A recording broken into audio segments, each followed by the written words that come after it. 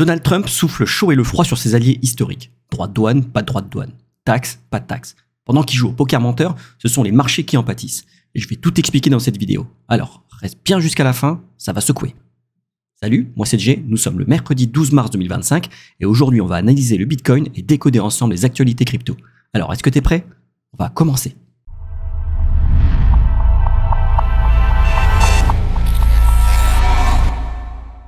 Alors oui, nous sommes majoritairement dans le vert, certes. C'est pas non plus un triomphe, hein. On a Bitcoin qui est tout juste à plus 2%, Ethereum qui est à moins 0,7%, Solana qui est à moins 0,8%. Donc clairement, il n'y a pas de quoi se taper le cul par terre, hein. Alors on va pas cracher dessus, c'est quand même un peu mieux qu'hier, tout petit peu. Comme j'aime bien le dire, quand on monte, on prend l'escalier, et quand on descend, par contre, on saute du 10e étage. Hein. Alors, concernant l'indice de la peur et de la cupidité, on est un peu remonté. Hier, on était à 15, aujourd'hui, on est à 19. C'est toujours extrêmement bas, hein, mais en même temps, c'est normal. Là, clairement, le marché n'est pas rassurant du tout. Dans la vidéo d'hier, je vous ai parlé un petit peu psychologie. Et je vous avoue qu'en ce moment, c'est vraiment difficile. Mais bon, pas le choix, il faut tenir. Hein. Regardez, quand on vient dans le vert, des fois, on est très vite rejeté, hein, comme c'était le cas en octobre 2023. Mais en début 2024, on est resté un long moment dans le vert. Pareil en fin 2024. Donc là, on pourrait rester longtemps également dans le rouge. Il faut s'accrocher. Alors la première news, on a donc l'Ontario qui accepte de suspendre les droits de douane de 25% sur l'électricité qu'elle fournit aux États-Unis. En fait, ce qui s'était passé, c'était que suite à l'annonce de Trump de taxer le Canada à hauteur de 25% pour équilibrer la balance commerciale, le Canada avait décidé, eux, en représailles, de taxer à 25% l'électricité qu'elle fournit aux États-Unis. Mais c'était bien sous-estimé Trump, parce que derrière, qu'est-ce qu'il a fait? Il a dit, ah bon, vous voulez nous mettre une taxe de 25%? Eh ben moi, je vais doubler ma taxe de 25%. Maintenant, ça sera 50% sur tous les métaux canadiens. Donc l'acier et l'aluminium. Bon, évidemment, la réaction du Canada ne s'est pas fait attendre. Quelques heures après, l'Ontario qui accepte de suspendre les droits de douane de 25% sur l'électricité. Ah, il est fort ce Trump, hein. Et alors du coup, puisque l'Ontario, qui je le rappelle est un état du Canada, a accepté de suspendre ses droits de douane, t'as Donald Trump qui, du coup, suspend le doublement des droits de douane sur les métaux canadiens. Alors j'ai parlé de poker menteur, on pourrait aussi parler de chat et la souris. Bon, le problème c'est pas qu'ils se cherchent. Le problème, c'est que ça fait trembler les marchés. Avec tous ces retournements de situation, les marchés tombent dans l'incertitude, et qui dit incertitude, dit chute des prix. On l'a constaté hier, péniblement, donc toute cette mascarade se fait à nos dépens. Et alors au sujet de ces mouvements de marché dont on parlait à l'instant, on a la Maison Blanche qui déclare que les marchés actions sont actuellement dans une période de transition. LOL. Le mot est faible. Et alors la news suivante, qui fait un peu la conclusion des deux news précédentes, depuis l'investiture de Trump en 2025, le marché boursier américain a perdu 4000 milliards de dollars. A l'inverse, les tendances du marché lors de sa première présidence étaient très différents, comme le montre l'image ci-dessous. Vous voyez, ça c'était son premier mandat, et là on est au début de son deuxième mandat. Bon, clairement, les marchés n'aiment pas. Bon, une petite bonne nouvelle au passage, les États-Unis relancent leur aide militaire et le partage de renseignements avec l'Ukraine après avoir validé un cessez-le-feu immédiat de 30 jours. Alors ça a été signé par l'Ukraine, ça n'a pas encore été signé par la Russie. Bon, ça ne saurait tarder, hein.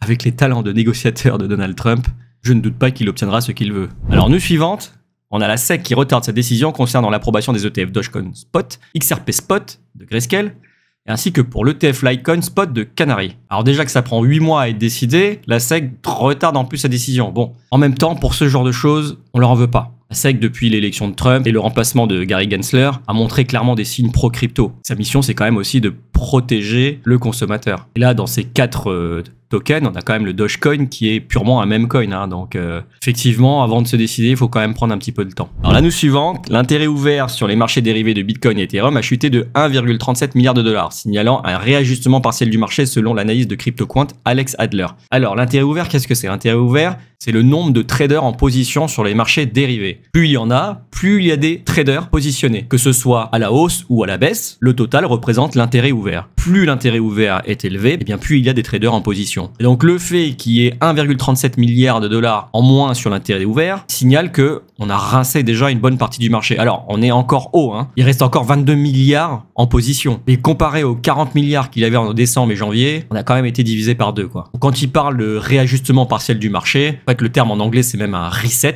ça signale plutôt un retournement de marché, parce que là en fait on a sorti assez de monde, c'est bon, on peut repartir. Alors est-ce que ça y est? Est-ce qu'on va enfin repartir à la hausse? Écoutez, l'avenir nous le dira, hein. Il n'y a aucun indicateur qui est sûr à 100% malheureusement, mais un marché dans lequel on a déjà sorti les plus gros leviers, c'est un marché qui est plus sain, indéniablement. J'espère un rebond rapide. Et alors on a la sénatrice Loomis qui réintroduit le projet de loi Bitcoin Act, proposant l'achat de 1 million de Bitcoin sur 5 ans avec une détention minimale de 20 ans, soit 4,76% de l'offre totale. Bon, elle est beaucoup appréciée dans la cryptosphère, on l'aime beaucoup. En revanche, elle est mignonne. Il y a très peu de chances pour que cette loi soit votée. Surtout que Trump a déjà posé un cadre pour la réserve stratégique de Bitcoin. Et il a clairement dit qu'il n'en achèterait pas. Enfin, en tout cas, pas avec l'argent du contribuable. Alors c'est bien qu'elle le propose. Honnêtement, bon, ce serait hyper bullish pour le Bitcoin. Mais est-ce qu'il y a des chances que ce soit voté ?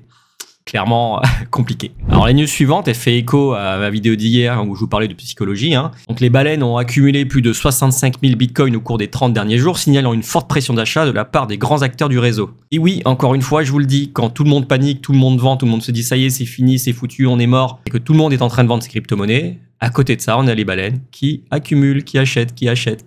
Oui, pour eux, ce sont les soldes. Le bitcoin est à bon prix, l'Ethereum est bradé. Elles se font plaisir les baleines. Et alors news suivante, qui n'est pas vraiment une news, on a Michael Saylor, vous savez, le patron de Strategy, qui détient 500 000 bitcoins, qui nous dit « Big things are coming ». Donc de grandes choses sont en train d'arriver. Eh ben, on attend de voir.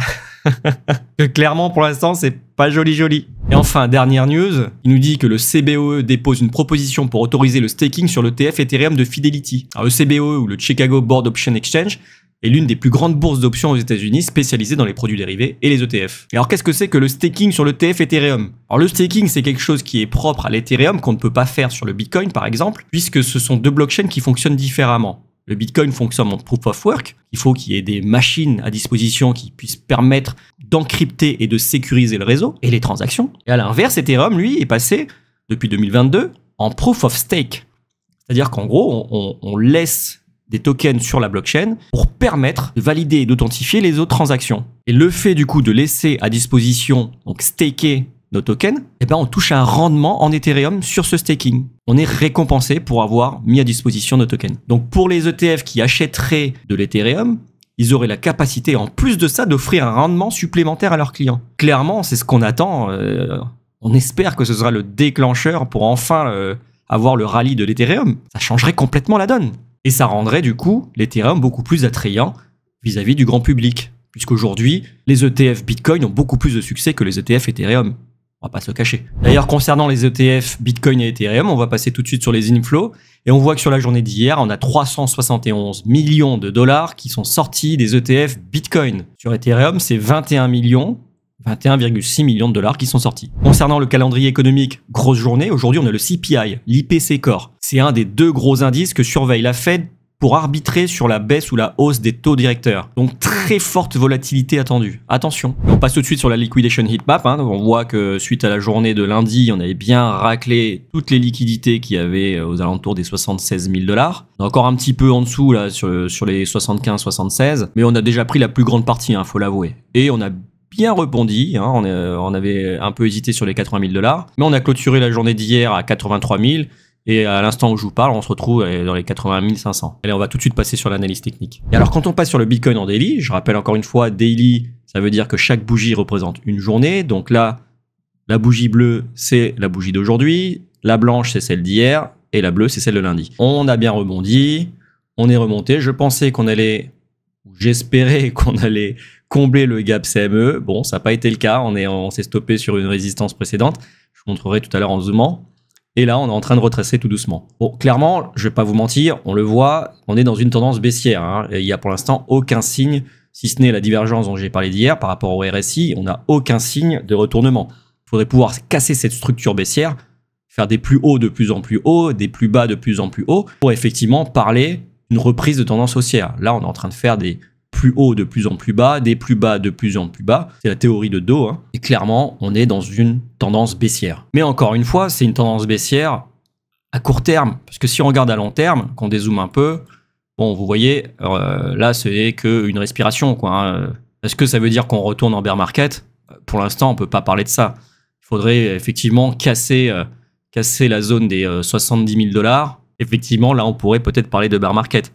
Pour l'instant, on est dans une respiration de bull market qui certes fait peur, certes fait très mal, mais qui n'a rien d'exceptionnel par rapport au précédent marché. Si vous voulez que je vous montre un petit peu précédemment, vous voyez, là c'était le bull run 2021. Entre le 15 avril 2021 et le 16 mai 2021, on avait perdu 55% en plein bull run. Et pourtant, on a fait un ATH derrière. Donc bon, pour l'instant, rien d'affolant.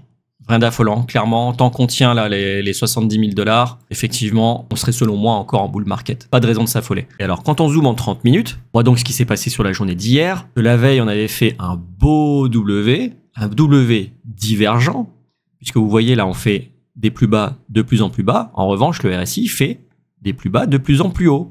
Vous voyez, le RSI monte alors que le prix descend. Donc ça marque un beau retournement et toute la première partie de la journée d'hier, on est monté. À l'ouverture de New York, on a corrigé pour finalement repartir à la hausse. Donc on a clôturé la journée aux alentours des 83 000 $. Et on revenait de loin, hein, je le rappelle, hein, puisqu'on avait commencé la journée à 76 500. Alors c'est pas satisfaisant, hein, c'est pas non plus rassurant par rapport à toute la chute qu'on a pris précédemment. Hein. Mais bon, c'est quand même pas mal. Sur la journée d'hier, on a repris presque 10% sur le Bitcoin. Bon, de toute façon, comme vous l'avez vu, en descendant sur les 76 000 $, on a déjà pris une bonne partie des liquidités. Est-ce qu'on va pas encore aller plus bas? Franchement, j'en sais rien et c'est pas exclu. En revanche, j'ai déjà tracé mes zones qui ont bien servi de support et de résistance jusqu'à présent. On voit d'ailleurs que le fair value gap, 30 minutes aux alentours des 84 000 $, s'est montré efficace plusieurs fois puisqu'il date du dimanche 9 mars. On a rebondi dessus ici, encore ici, à peine touché. On a retracé. Alors je rappelle pour les nouveaux arrivants que les fair value gap, ce sont des zones d'imbalance, de déséquilibre du marché. C'est-à-dire que sur cette zone-là, le prix n'a fait que descendre, n'a pas été contesté. C'est-à-dire que les vendeurs ont été plus forts que les acheteurs sur toute cette zone-là. Donc dans cette zone-là, il y a une forte pression vendeuse. Donc à chaque fois qu'on va venir la retester, pour la traverser, on va d'abord être confronté à cette pression vendeuse qui a été initiée à cet endroit-là, mais qui perdure puisque les ordres sont encore là. Et à l'inverse, j'ai tracé en dessous le fair value gap M30 qui lui du coup serait plutôt une zone de support. Si le prix arrive à ces niveaux, il aurait plutôt tendance à remonter. Alors j'ai également tracé celui-là sur les 80 600 $. Pourquoi? Parce que il correspond donc non seulement à un fair value gap M30, mais également à la VWAP hebdomadaire. Si le prix revient dans ces niveaux-là, et je pense sincèrement qu'il va y revenir, puisqu'il y a pas mal de liquidités à venir chercher sous ces bougies-là, il aurait tendance à repartir à la hausse. Donc clairement, ce qu'il faudrait faire, ou ce qu'il aurait fallu faire déjà pour ce matin, il aurait fallu effectivement se positionner sur ce fair value gap avec un stop loss au-dessus comme ça, et au moins venir prendre, cibler une zone de TP aux alentours du fair value gap qui est là. Malheureusement, bon, chez moi il était 5h30 du matin, je n'étais pas encore réveillé, donc j'ai pas pu prendre ce trade là. Et clairement, si le prix atteint cette zone là, donc les alentours de 80 600 $, j'envisagerais donc une zone à la hausse, ici comme ça, sur le milieu du fair value gap, avec un stop loss en dessous et un TP sur l'equal high qui est là. Equal high, ça veut dire que en gros, j'irai chercher le top précédent. Alors, le deuxième trade serait beaucoup plus rémunérateur, puisque le risk-reward serait quasiment de 11. En revanche, il serait également plus risqué, puisque la zone de stop-loss serait vraiment très petite. Bon, après, chacun définit ses critères d'entrée. Généralement, moi, pour me positionner, après, je vais zoomer en 5 minutes, je vais regarder, je vais chercher une structure de retournement, et je prendrai position, pour voir si effectivement cette zone fait office de support. Il est aussi possible qu'elle se fasse traverser, puis qu'il y ait une pression baissière qui soit trop forte, et on la traverse. Alors si vous voulez que je vous fasse un petit tuto pour vous apprendre à comment utiliser cet outil, pour non seulement définir son risk reward, mais également la taille de la position qu'on doit prendre justement pour risquer un certain montant si on se fait sortir, dites-le moi en commentaire et je vous préparerai ça un week-end. Et on passe tout de suite à l'Ethereum qui lui a beaucoup plus de mal à remonter.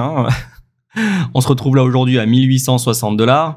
On était monté hier à 1959, on n'arrive même pas à reprendre les 2000 $. Clairement, pour Ethereum, là, c'est très compliqué, très compliqué. Il y a vraiment besoin d'un changement radical sur la blockchain, à la fois la mise à jour, à la fois peut-être le staking sur les ETF pour redynamiser ce projet, parce que là, clairement, graphiquement parlant, en analyse technique pure, ça donne vraiment pas envie, quoi. D'ailleurs, quand on regarde le ratio Ethereum-Bitcoin, on voit qu'il est parti aux fraises. Là, c'est difficile de faire plus bas. 3 février, on avait fait une mèche. Et là, clairement, on est rentré proprement dedans. Il n'y a aucun signe de retournement. Bon, après, on est proche de la capitulation, là. Donc, c'est généralement dans ces moments-là que ça se retourne. C'est vrai que pour les détenteurs d'Ethereum comme moi-même, c'est une période qui est vraiment très difficile. Alors, je vous parle même pas des altcoins. Heureusement que je suis très peu exposé sur les altcoins parce que, punaise, quand je vois le prix et la baisse qu'ont subi beaucoup d'altcoins depuis le mois de décembre, ça fait peur. Franchement, ça fait peur. Je pense que tous les nouveaux entrants là qui sont arrivés juste après les élections au mois de novembre, au mois de décembre, ils doivent être dégoûtés. On atteint des bas historiques, mais même pré-bull run, on atteint des bas du bear market, quoi. Alors, clairement, sur beaucoup d'altcoins, il y a les gens qui ont capitulé. Sur Ethereum, pas encore, et c'est pour ça que je pense qu'on peut encore creuser. Mais j'espère que ça arrivera prochainement, parce que c'est éprouvant. Bon, et on a la Bitcoin dominance qui grimpe tout doucement. tout doucement. C'est pas bon signe, hein. Comme je vous dis, la Bitcoin dominance, c'est la force du Bitcoin vis-à-vis du marché altcoin. Donc plus cette courbe monte, plus le Bitcoin domine les altcoins, donc plus le marché altcoin va mal, quoi. Donc, et bon, pour l'instant, c'est plutôt une période de consolidation, on va dire. Bon, désolé, aujourd'hui, j'ai pas beaucoup d'opium à vous donner, hein. Les news ne sont pas hyper bullish. On n'a pas eu un rachat magistral et parabolique de la baisse qu'on a subie. En tout cas, à hauteur de la baisse qu'on a subie. Mais clairement, là, après cette chute violente, je pense que le marché aura besoin de consolider un petit peu avant de pouvoir repartir à la hausse. Donc, attendez-vous à une bonne période de range. C'était tout pour aujourd'hui. Si cette vidéo t'a plu, dis-le moi en commentaire, lâche un like, abonne-toi et active la cloche pour ne rien rater des prochaines actualités crypto. Allez, cheers!